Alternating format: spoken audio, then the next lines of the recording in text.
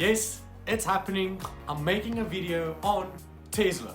And in this video, I'm gonna tell you why I think Tesla is a great company, why it's been, why it is, and why it will change the world. I've been waiting so long to make this video.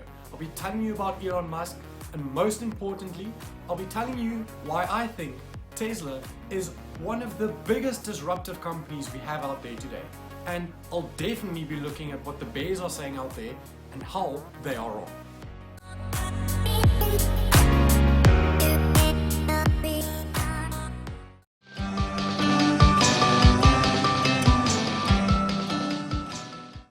Tesla was founded by two Silicon Valley engineers. Now Tesla did start with hiccups. Elon Musk was the chairman of Tesla, and they started to create the Roadster.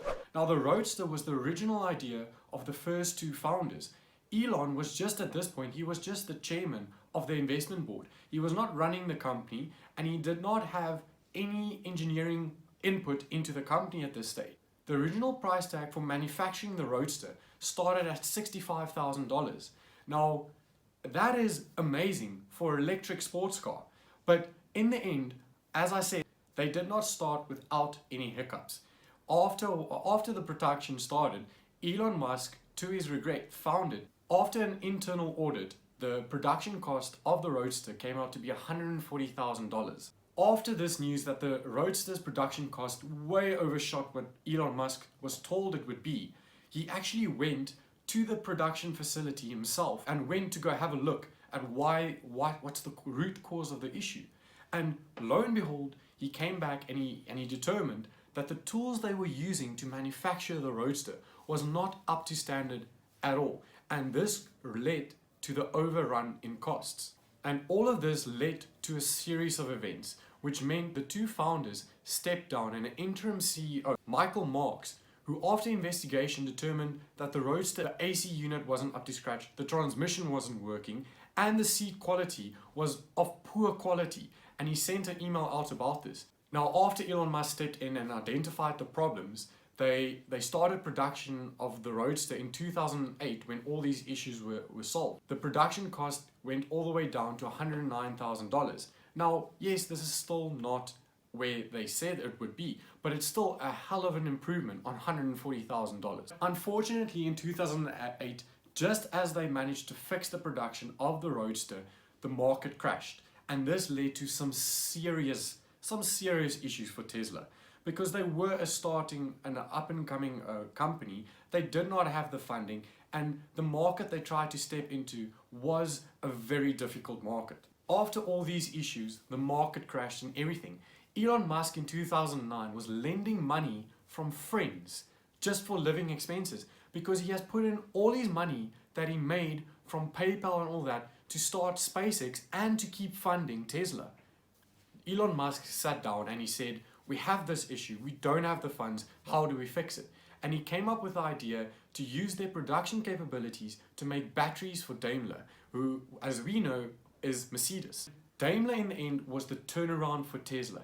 Daimler gave Tesla a contract to produce batteries, and they also put a large investment into Tesla, almost up to 10% of Tesla. Now, after all of this, the company started turning around. In 2010, Tesla got the US government loan. And in 2013, Tesla paid back the loan with interest and a bonus payment. They are the first automaker of America to do this. The first. And they aren't even making a profit yet. Now from here, it was only up. The Model S came out. The Model X in 2015 came out.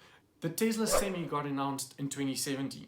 As we know, Tesla also went public in 2010. As the company started getting their stride, getting back into the game, another hiccup came when they hit some production issues. And Elon Musk himself slept on the factory floor. His office was on the factory floor, and he slept there to fix this issue. And I quote him when he was asked, why does he do this? Why does he sleep in the factory to try and fix it?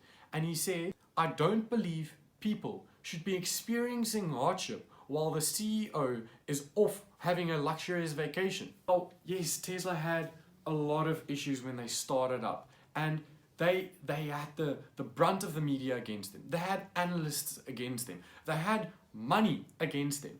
But through all of this, they still persevered. Elon Musk was dedicated. And yes, the company was not founded by Elon Musk. We agree on that.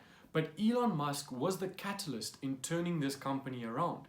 He came in, he saw problems, and he is part of the engineering team himself. He's not just the CEO. And so many people always say, how is Elon Musk equipped to run this business? But Elon Musk has a amazing talent to, if he sets his mind on it, he's gonna push through, and he wants to make it a success. Tesla's main goal is to reduce the impact of global warming on society. Elon Musk has said in many interviews, his main goal isn't to make money himself. His main goal isn't to make a monopoly company. His goal is to create a competitive environment so that other companies will step in and want to challenge the EV market. He wants to lead by an example and push all these companies into the EV market. Now we all know Elon Musk has had quite a journey, from Solar City, PayPal, to creating his first computer game when he was like 11, and he's a South African, and this is why, part of the reason why I just love him. It shows that anyone from South Africa can make a success if they believe, and if they just push through against all the odds, against all the naysayers. If you just believe in something you do, you can succeed. And this is what all of this is about. One of the big reasons for Tesla's major success, a three-step approach, which step one, make a high-end sports car that is attractive to everyone and that shows that the electric vehicle isn't a lame, slow and boring car. Step two was to create a luxury sedan that can be competitive to all those big major companies. And then step three is to create a low-cost electric vehicle for the masses. After this three-step process, Tesla went on and stepped into the energy market. They've got their solar roofs, they've got their Powerwall, they've got battery serviceability. They've been creating off-grid utility scale battery storage. Look at what they did for Australia, a huge battery farm to help with instant power and to also to mitigate frequency issues. And we all know, or we've heard about it, or you probably should have heard about it, is their gigafactories. It's a crazy, but it's so clear, and the reasoning behind it is amazing. Their gigafactories approach a top-down construction approach. Resources come in at the one side, and the finished product comes out at the other side. I mean, these facilities are huge, limiting import, limiting off-site and out-of-country construction. Everything happens in there. Their gigafactories are enormous, creates tons of jobs, and are just so efficient. And that's one of the big reasons that they strive for, is to pump out those production numbers and to keep the carbon footprint and just the overall footprint of their production down.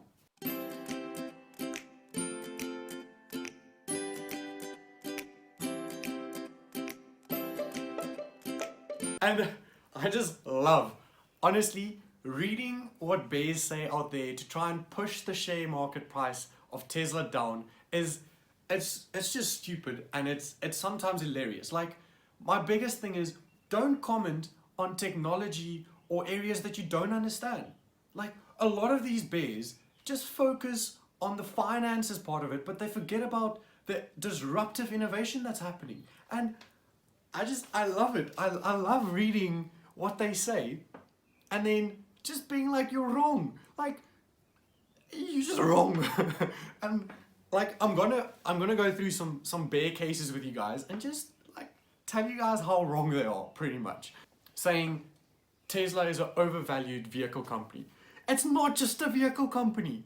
It's a vehicle company, it's an electric vehicle company, it's an AI company, it's a software company, it's an energy company. I honestly don't get it. Like, their major part of their business is electric vehicles. But from there, they've got energy that they're greatly ramping up. They've got solar roofs, they've got the Powerwall, they've got large battery farms helping utility scales like in Australia. They've got their autopilot system, which is largely touching on AI. Then they've got their software updates, their software for their cars, which is, I mean, it's a huge part of it. And it's like these bears and these analysts, they're just like, oh no, but Tesla's an overvalued car company. It's not just a car company, you know? Like, whoo, it gets me riled up so much because so many people look at it as purely a car company. It's not just a car company. Another big one that I saw recently is Tesla's not meeting their long-term or short-term goals. Like, mate, in 2014, Tesla set out a goal to make 500,000 units in 2020. Go look at their Q2 results from this year. They've made 400,000 production units and their production capability is at 500,000. Like, if that's not meeting your long-term goals, I don't know what is. And another big long-term goal of them is Elon Musk saying he wants to push other automakers into the EV market. And that's what he's done. And look at all these companies. Now all of a sudden, everyone's got electric vehicles. And this is one of his main long-term goals. This is a long-term goal Elon Musk set out to do. So he's meeting it. So you have no grounds, Mr. B. Saying self-driving is overstated. Yes, maybe they should change the name from autopilot to something else. But never did they say it was full autopilot. Like, these people that normally say that the autopilot is overstated, it's overestimated, it's not a thing, like, they are normally the people that don't understand deep learning, don't understand the data, and don't understand how their systems work. I mean, the car has so much regulations. They always say autopilot is a demo. You have to, every now and then, you have to touch the steering wheel, you have to wiggle it, otherwise the car pulls over. There's so much regulation in it, and even when you buy the software, it tells you it's demo version. It tells you it's still learning, it's not full autopilot. Tesla never said this. And what they love doing is saying, oh, Tesla driver crashed. Like, do you know how many other people die on the road every single year using other cars and they just conveniently forget about those? Like, it's just not right. The other day I saw a news article, Tesla owner abandons dog. Like, why do you have to say it's a Tesla owner? Why? You can just say person abandons dog, animal cruelty. You don't have to add Tesla owner. Why is it linked to the it doesn't make sense. And bears do anything to try and push Tesla down. And you'll find a lot of the times these people are probably the people shorting it. And if you don't know what shorting means, don't even bother because they are just wrong. Okay? But otherwise, go Google what shorting means and you'll realize what they're doing and then you just see they're wrong. Okay? They're just wrong. All these bears just forget that Tesla is miles and miles ahead of software. They're one of the only the only car company that sends out software updates and car improvements over the cloud or over the web. I mean, Kathy Wood from ARK Investing said they are 3 to 4 years ahead of everyone else, which is true. And then, they love saying, yeah, but you have to consider that Tesla compared to GM is very small. And GM is, once GM releases their electric vehicles, they're just going to take over, or for that matter, any other car company. What they forget is that those auto car companies, let's use GM for now, GM is, their infrastructure is for internal combustion engines, meaning their factories are made to build internal combustion engines, not electric vehicles. It's a completely different ballgame. Yes, it looks the same, the body works, that's cool, but what goes on underneath, inside, is a different game. You need different machines, different equipment, different sequences to make those cars.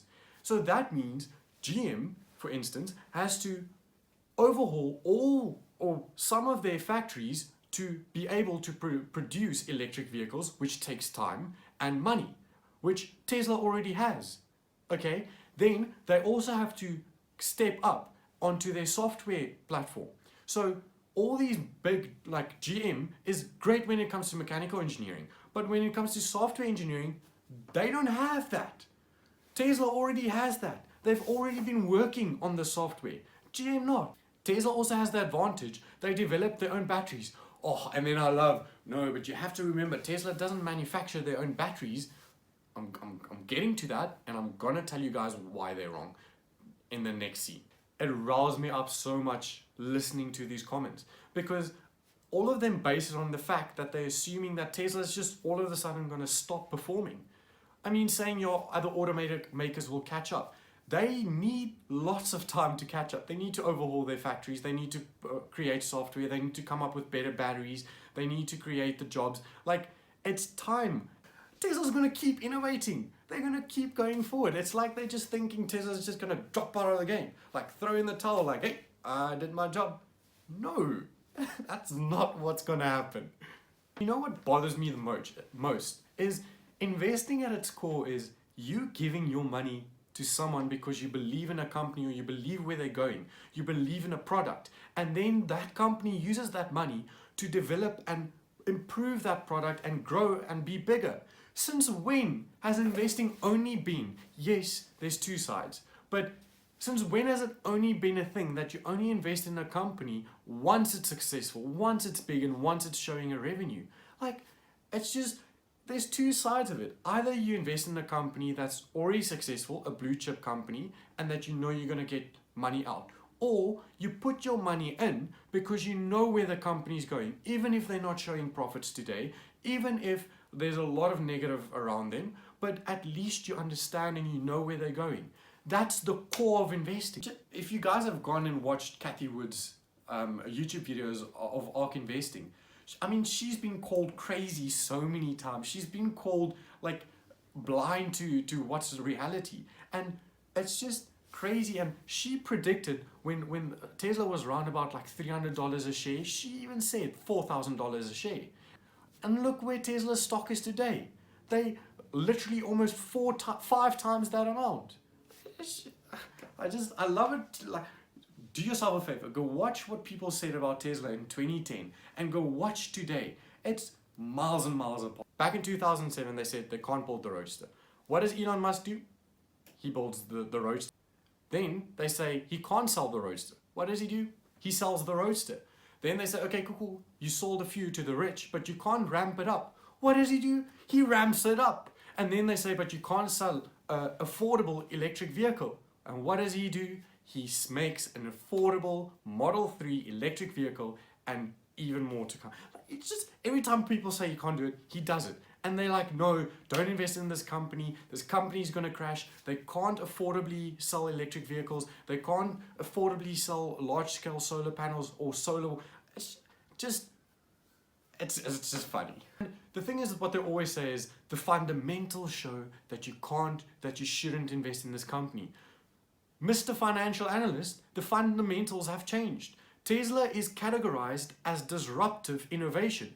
That's why they're disrupting how normal things work. And remember, your fundamentals, your earnings per share, your valuation is based on what the company has done. So, and then you use those to predict what the company will be doing. That's exactly what we're doing. And that's exactly what I'm saying, is you think about what the company will be doing and you base it off of that. The groundworks of your fundamentals is changing. You can't just say a company with this PE ratio will do good, or this shows that. It's changing. The whole investing industry is changing. And if those bears don't want to change, they will be losing out, which they have. They've been losing a lot of money.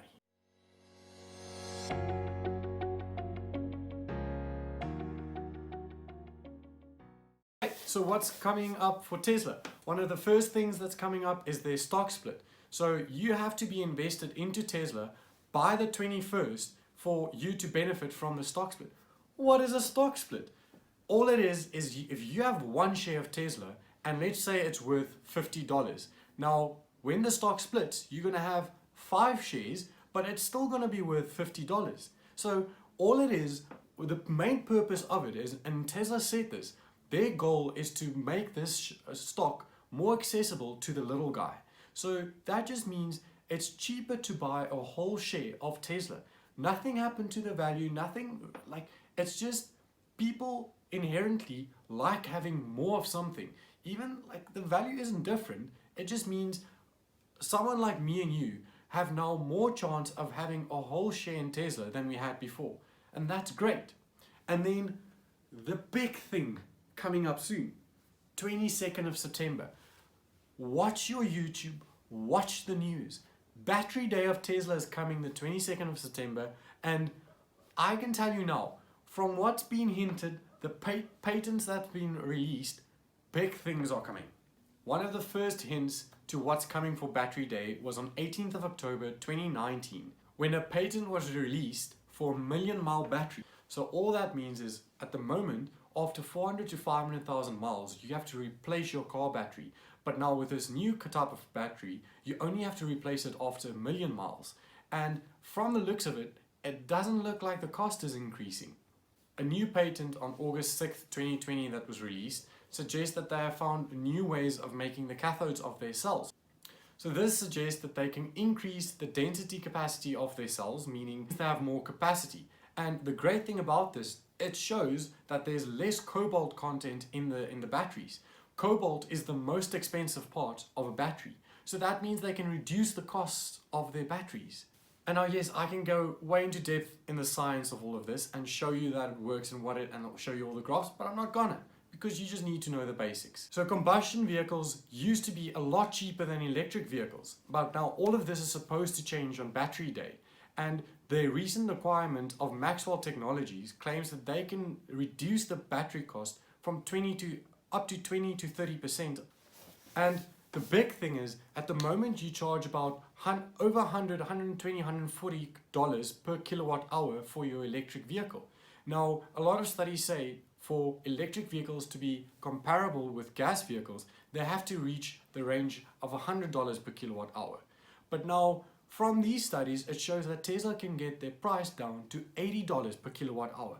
That's a lot better than what a lot of research studies have showed they need to reach. Another hint at Tesla. Now, we know Tesla developed their own batteries. They went to Panasonic and they said, listen, we don't have the infrastructure at the moment to produce our own batteries, so we'll give you a section of the floor in our gigafactories for you to produce our battery. Tesla isn't buying Panasonic's batteries. They're just buying Panasonic services to produce Tesla batteries. But now, there's a hint for what's coming at Battery Day. Their Fremont facility had a production line set up for the production of cell batteries. Now that's normally Panasonic's job, or whoever gets the contract. So then that means Tesla's testing their capabilities of producing their own battery cells. Big thing also is what's happening at the moment with their Berlin gigafactory. That factory as of yet does not yet have a contract with any battery manufacturer. So that also shows that Tesla's probably planning on manufacturing their own batteries. So not only will they have better, cheaper and stronger batteries, they'll also be making them themselves, which they can in return also sell. A recent news article also showed that from that Giga Berlin factory, they are looking at producing power for Germany. So they are making cars, producing power and making batteries in that facility. It's just, they are stepping into all of their arms of their business. Tesla's plan to release their ride-hailing network is the thing that's going to push their profits into new highs. Tesla's vertical integration allows them to have a better cost structure than Uber. So that means their ride-hailing service will work out cheaper than Uber. On an operating cost basis, Tesla will also be a much cheaper option than any other vehicle they use when they link to Uber. The big thing, so the reason for Tesla's releasing their ride-hailing service is they're pushing for that autonomous driving of taxi services. Okay, so put yourself in the shoes. You buy a Tesla, you're now a Tesla ride-hailing service provider, you drive people around. In 2, 3, 4 years when autopilot gets released, you sit at home, sit back, you send your Tesla out to go fetch someone and it's bringing in income for you. And all you're doing is you're chilling at home doing your investing.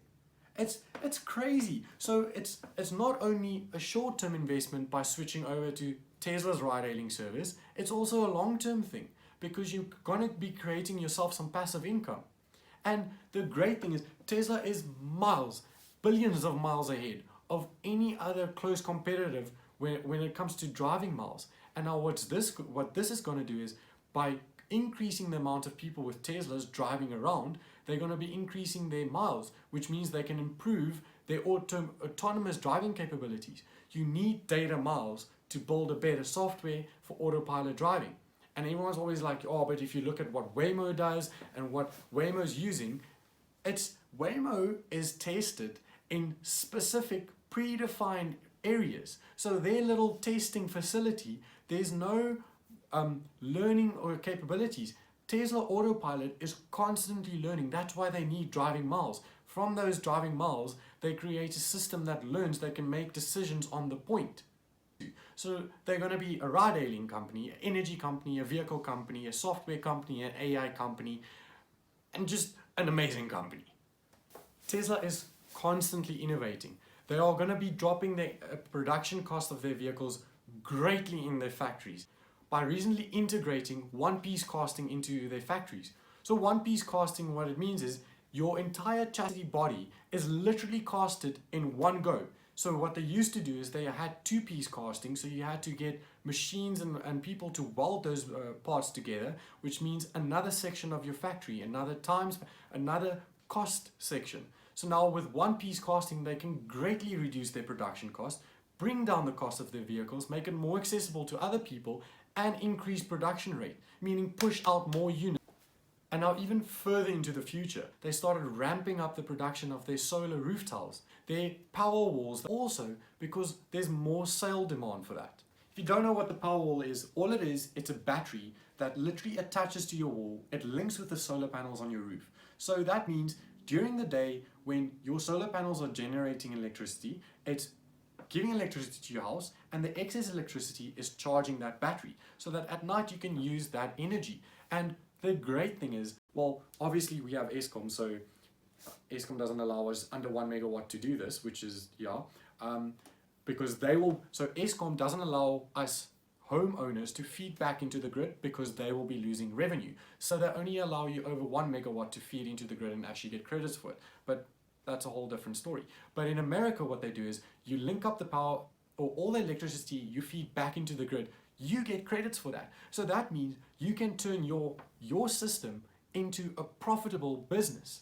I mean, there's a lot of return calculations you can do that after 6 to 7 years, you can make that money back and all the money after that is yours. But yeah, guys, so it feels like I've been shouting at my camera the whole time. But if I could, I would make this video 40 minutes. And it's a very controversial topic. But in my honest opinion, Tesla is one of the best stocks you can look at. Go do your research into Tesla. Watch this video a few times. And if you have any questions, ask me. Honestly, full honesty, I love Tesla. And I love the way Elon Musk runs that company. And it's just, you have to invest into something you believe in. You know, I believe in what this company is going to do. I believe in where they're going. And I understand the basic principles that they're using. And that frustrates me. And there's a lot of these financial analysts and bears and big investors are hating on Tesla. But they don't understand the workings of the technology that Tesla is employing. And that's because, it's just the fundamentals are changing. And they need to adapt, otherwise they're going to be left behind. And you don't want to be left behind. So, and yes, for the next, I think probably for the next year, Tesla's market share is going to go like this. So you need to have a bit of a risk appetite. It's going to go up and it's going to go down because there's a lot of fighting about this. But if you look at the basics of what this company is doing, and if you look at where they're going, it just makes sense. So if you've got the risk appetite, look at this company. Don't do a short term. It's definitely a long-term company, and go look at what they're doing. Just go look at what they're doing. Do your own little bit of research.